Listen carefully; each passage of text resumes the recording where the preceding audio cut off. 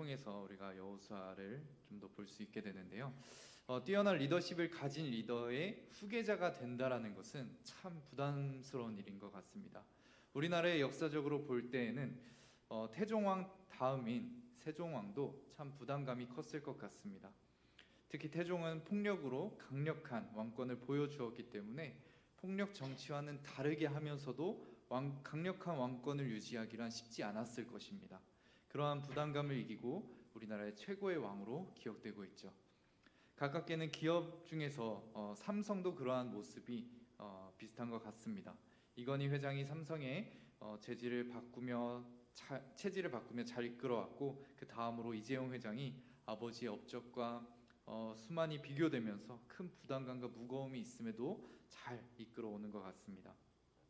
그만큼 위대한 업적을 남긴 사람의 뒤를 따른다는 것은 큰 부담감과 어려움이 있게 됩니다.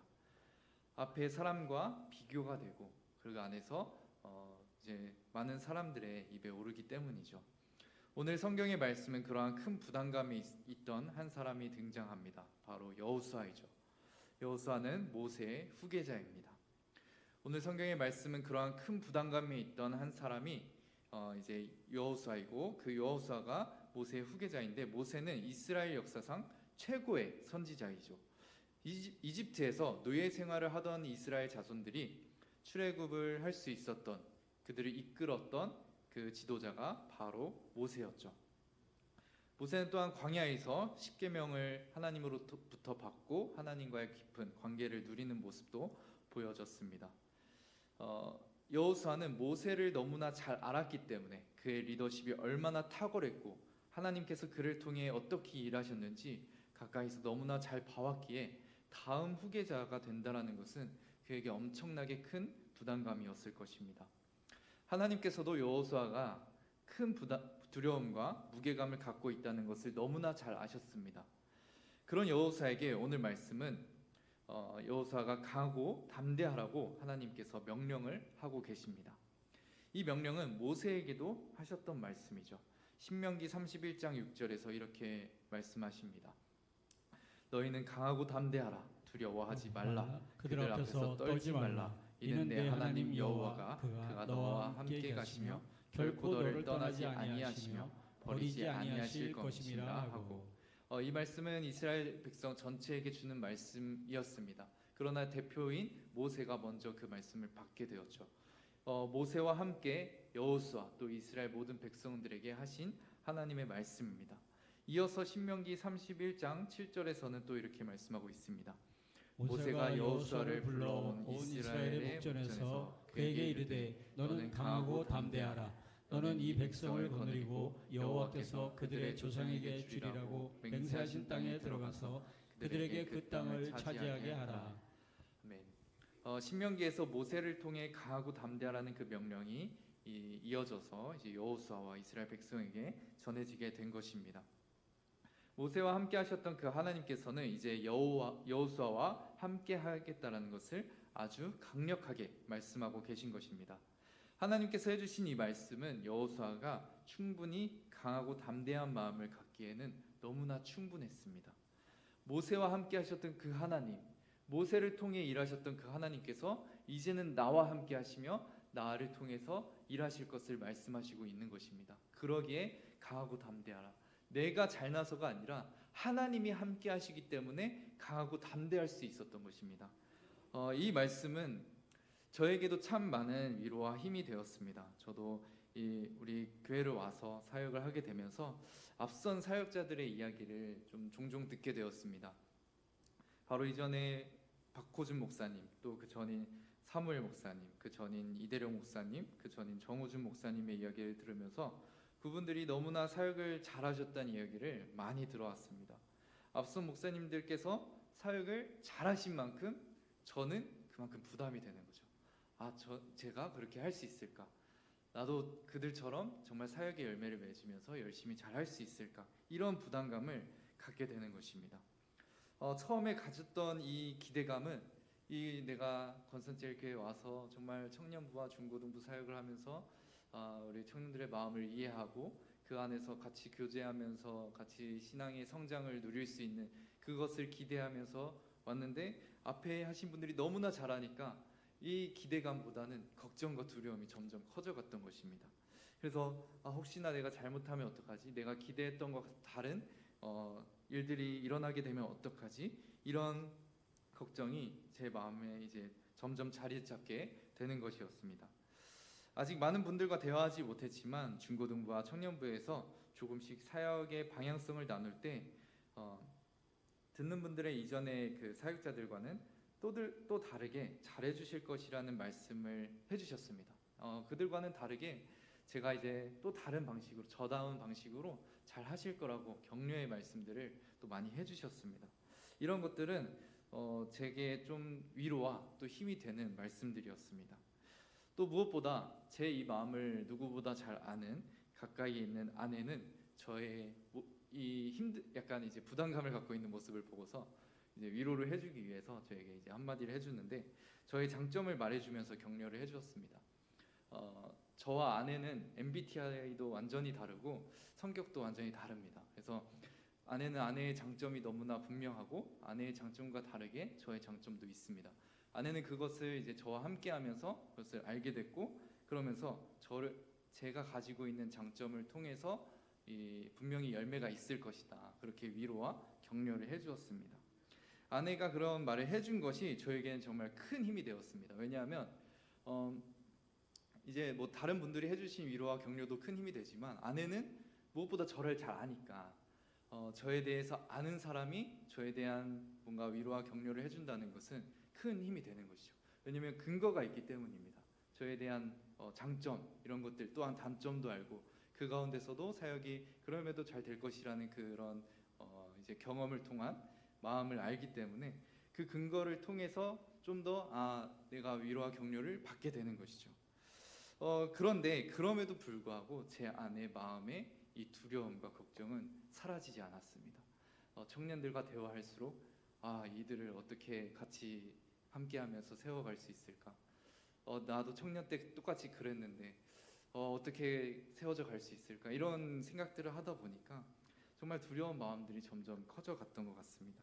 그때 오늘 말씀을 보게 되었습니다. 하나님께서 여호수아에게 명령한 그 말씀이 저에게 말씀하는 것과 같았습니다. 강하고 담대하라. 여러분도 이러한 마음을, 사실 저와 같은 마음을 잘 아실 거라고 생각을 합니다. 특히 2025년도를 마무리하고 2026년도로 나아가는 이 시점에 우리는 기대감과 함께 걱정과 두려움도 있을 것입니다. 그것이 꼭 앞선 사람들 때문이 아니더라도, 앞선 사람들이 잘해서만이 아니더라도 자신의 성공과 실패의 경험 때문에라도 걱정과 두려움이 생길 수 있습니다. 나의 성공의 경험, 내가 2025년도에 너무나 잘 해왔으면, 너무나 크게 성공했으면 내년에도 성공해야 할 거라는 기대감도 있지만 동시에 할 수 있을까라는 염려가 생기는 것이죠. 또 동시에 실패한 사람들이라면 그 실패와 좌절의 경험 때문에 내가 다시 할 수 있을까? 도전을 할 수 있을까? 도전을 한다면 열매를 맺을 수 있을까? 이 걱정과 두려움이 굉장히 앞서게 될 것입니다. 아마 여러분들이 다양한 분야에서 아마 이러한 경험들을 저보다는 훨씬 더 많이 하셨을 것입니다.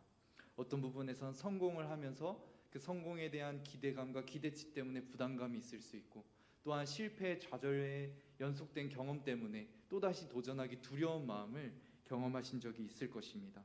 그래서 2026년도 새해를 우리가 바라볼 때 한편으로 이제 새해가 다가온다, 새날이 이루어질 것이다라는 소망을 갖기도 하지만 우리 안에 깊은 곳에서는 한편으로 두려움과 걱정과 무서움이 우리 안에 있는 것입니다. 저와 여러분 모두 크고 작을 수는 있지만 내년에 대한 이 걱정과 두려움, 이것은 우리의 마음을 너무나 무겁게 할 것입니다. 그런데 이러한 상황에서 하나님께서는 저와 여러분들에게 강하고 담대하라고 말씀하고 있습니다.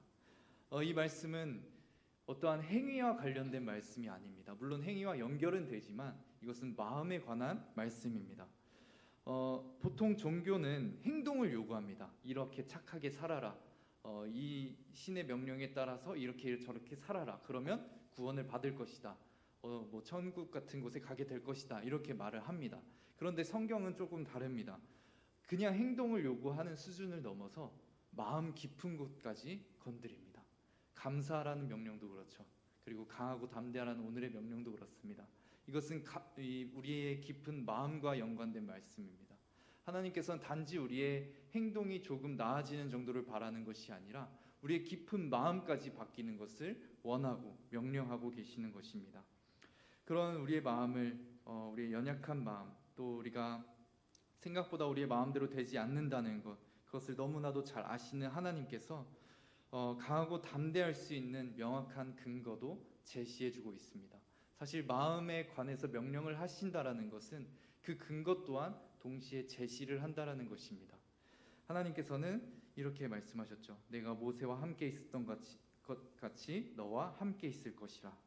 내가 너를 떠나지 아니하며 버리지 아니하리니 내가 어디로 가든지 내 하나님 여호와가 너와 함께 하느니라. 하나님께서는 강하고 담대할 수 있는 근거에 대해서 자신이 함께 하신다라는 것을 밝히 말하고 있습니다. 우리가 이것은 정말 제가 제 아내한테 들었던 그 위로의 말, 도전의 말보다 더 큰 힘이 되는 것입니다. 내가 강하고 담대할 수 있는 이유가 내 안에 있는 것이 아니라 나와 함께 하시는 하나님께 있다. 이것을 하나님께서 여호수아에게 말씀하시면서 또 우리에게 말씀하고 있는 것입니다. 하나님께서는 자기 백성들과 함께 하시며 하나님의 뜻을 이루어 가실 것입니다. 우리가 할 것은 강하고 담대한 마음으로 하나님의 뜻에 동참하는 것입니다. 하나님의 뜻, 하나님의 방식이 이해가 되지 않는다고 하더라도 좌로나 우로나 치우치지 않고 우리의 생각과 뜻이 아니라 하나님의 방식, 하나님의 뜻을 따라가는 것이 우리가 가장 안전하고 형통할 수 있는 길인 것입니다. 우리가 이렇게 하나님의 그 은혜를 누릴 수 있는 것, 사실 하나님이 우리와 함께 하신다라는 것은 너무나 큰 은혜입니다. 그리고 그것에 대한 전제 조건을 하나님께서는 말씀하지 않으십니다. 오늘 말씀에서 마치 율법을 지키는 것이 전제 조건처럼 보이지만 그것은 오히려 하나님께서 함께 하시고 강하고 담대한 마음을 갖고서 살아갈 방향성으로 주어진 것입니다. 먼저 율법을 지켰기 때문에 하나님이 함께 하시는 것이 아니라 하나님께서 함께 하심으로 그 율법을 지키면서 형통함을 누리라고 하나님께서 말씀하고 있는 것입니다. 이것이 은혜인 것이고 하나님의 그 성품을 볼 수 있는 말씀인 것입니다. 다른 종교들은 선행이나 신이 요구하는 무언가를 했을 때 무언가를 준다라고 하지만 하나님께서는 먼저 자신이 함께 하신다 이렇게 말씀하시는 것이죠. 이 작은 차이는 엄청난 차이를 줍니다. 율법이 만약 선행의 조건으로 주어진다면 우리는 자기 자신에 대해서 굉장히 확신이 있어야 되고 수없이 많이 노력을 해야 됩니다. 내가 율법을 잘 지켜야 된다. 내가 율법을 잘 지키지 않으면 하나님이 함께하지 않는다. 그러면 나는 강하고 담대할 수 없다. 나는 그래서 계속해서 율법을 잘 지켜야 된다. 그것은 내가 확신하고 나아갈 수 있는 힘이 아니라 오히려 걱정과 두려움이 더 커지게 되는 일이죠. 하나님 그렇게 하지 않으셨고 오히려 하나님이 우리와 함께 하신다. 그러니까 강하고 담대하라. 그러니까 율법을 지키며 하나님의 뜻에 따라 살아가라 라고 말씀하시는 것이죠. 그 안에서는 우리가 걱정과 두려움이 아니라 평안과 감사와 기쁨과 담대함을 갖게 될 수 있는 것입니다. 하나님께서 함께 하시는 것, 구원하시는 것, 또 우리에게 담대함을 주시는 모든 근거는 우리에게 두신 것이 아니라 하나님 자기 자신의 성품에 근거하여서 우리에게 주신 것입니다. 우리가 어제 성탄의 기쁨을 누렸던 것에서도 볼 수 있죠. 이사야 7장 14절 말씀을 우리가 함께 읽겠습니다. 그러므로 주께서 친히 징조를 너희에게 주실 것이라. 보라, 처녀가 잉태하여 아들을 낳을 것이요 그의 이름을 임마누엘이라 하리라. 아멘. 임마누엘은 히브리어로 하나님이 우리와 함께 계시다라는 의미이죠. 아기의 이름이 하나님이 우리와 함께 하신다는 의미를 갖고 있는 것입니다. 실제로 제2위격이신 하나님께서 아기로 오심으로써 하나님의 의미가 아닌 그냥 의미적으로 하나님이 함께 하신다 그 정도의 의미가 아니라 실제로 사람들과 함께 하시는 그 자리로 오신 것입니다. 예수님은 인간들과 함께 하면서 많은 어려움과 고난을 겪으셨지만 언제나 강하고 담대한 모습을 보이셨습니다. 언제나 그 사역에 있어서 연약한 모습이라고는 볼 수 없었습니다. 그런데 예수님께서 정말 연약해진 순간이 있었습니다. 정말 무기력해 보이고 두려워 보이는 그런 순간들이 있었습니다. 바로 예수님께서 그 십자가를 지시기 전에 겟세마네 동산에서 기도하시던 그 순간이죠. 예수님께서 그 자리에서 기도하실 때는 하나님이 자신을 향한 그 진노의 잔을 옮겨달라는 그런 간절한 기도를 하면서 그 모습 속에서는 그 간절함과 두려움과 걱정이 가득한 모습이 나타납니다. 우리 누가복음 22장 44절을 함께 읽겠습니다. 예수께서 힘쓰고 애써 간절히 기도하시니 땀이 땅에 떨어지는 핏방울같이 되더라. 아멘. 예수님께서 땀이 핏방울이 될 정도로 기도하셨습니다. 이것은 예수님이 그만큼 간절히 기도했다라는 문학적인 표현일 수도 있습니다. 그러나 실제로 땀이 핏방울이 되는 경우가 의학적으로 있다고 합니다. 바로 혈안증이라고 합니다. 이것은 극심한 스트레스와 공포와 두려움, 정신적 압박으로 인해서 땀샘의 주변에 있는 모세혈관이 터졌을 때 그것이 땀에 섞여 나오는 현상이라고 말합니다. 보통 사형을 앞둔 사람이거나 심각한 외상에 있는 사람들에게 나타나는 현상이라고 합니다. 우리에게 강하고 담대하라고 말씀하신 하나님께서 오히려 너무나 연약해지시고 너무나 극심한 두려움 가운데서 기도하고 있는 모습을 우리는 볼 수 있습니다. 이것은 예수님의 그 모습은 예수님께서 하신 말, 하나님께서 하신 그 말씀과 모순된 모습입니다. 그런데도 불구하고 하나님께서는 왜 우리에게 강하고 담대하라고 말씀하셨을까요?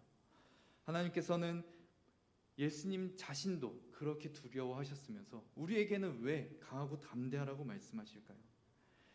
그 근거는 우리가 계속해서 성경을 보면 십자가에서 그 답을 알 수 있습니다.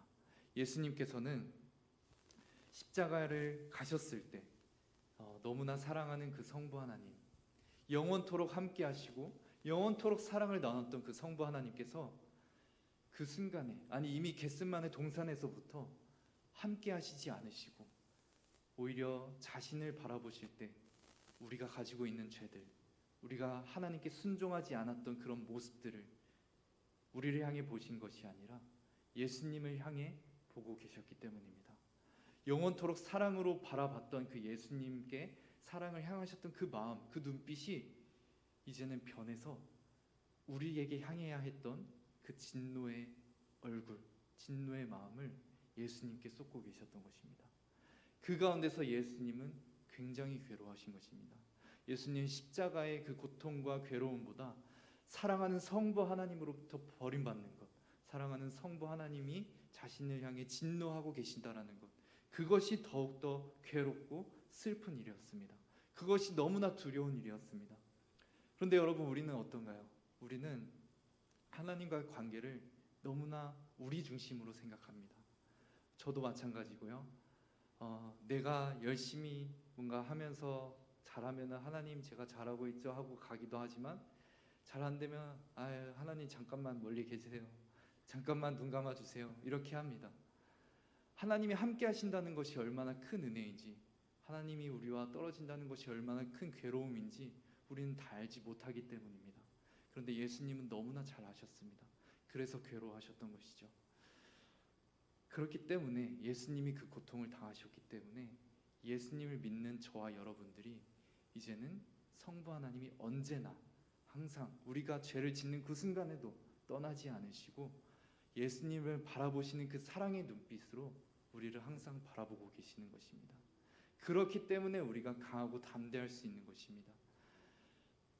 이것은 내 안에 있는 근거가 아니라 사랑하시는 그 하나님, 사랑의 하나님이 우리를 향해 보고 계시고 우리를 향해 일하고 계시다라는 그 사실 안에서 우리가 진정으로 감사하면서 기뻐하면서 강하고 담대한 마음으로 나아갈 수 있게 되는 거죠. 그래서 갈렙이 이렇게 말하는 거죠. 이 산지를 내게 주옵소서. 여러분, 저는 아직 두렵습니다. 아직 권선제일교회에서, 우리 교회에서 내가 사역의 열매를 잘 거둘 수 있을까? 내가 잘할 수 있을까? 여전히 많은 두려움 속에 있습니다. 하지만 오늘 말씀을 통해서 저는 계속해서 함께 하시는 하나님, 또 함께 하시는 하나님께서 일하시는 것들을 바라보면서 나아가려고 합니다.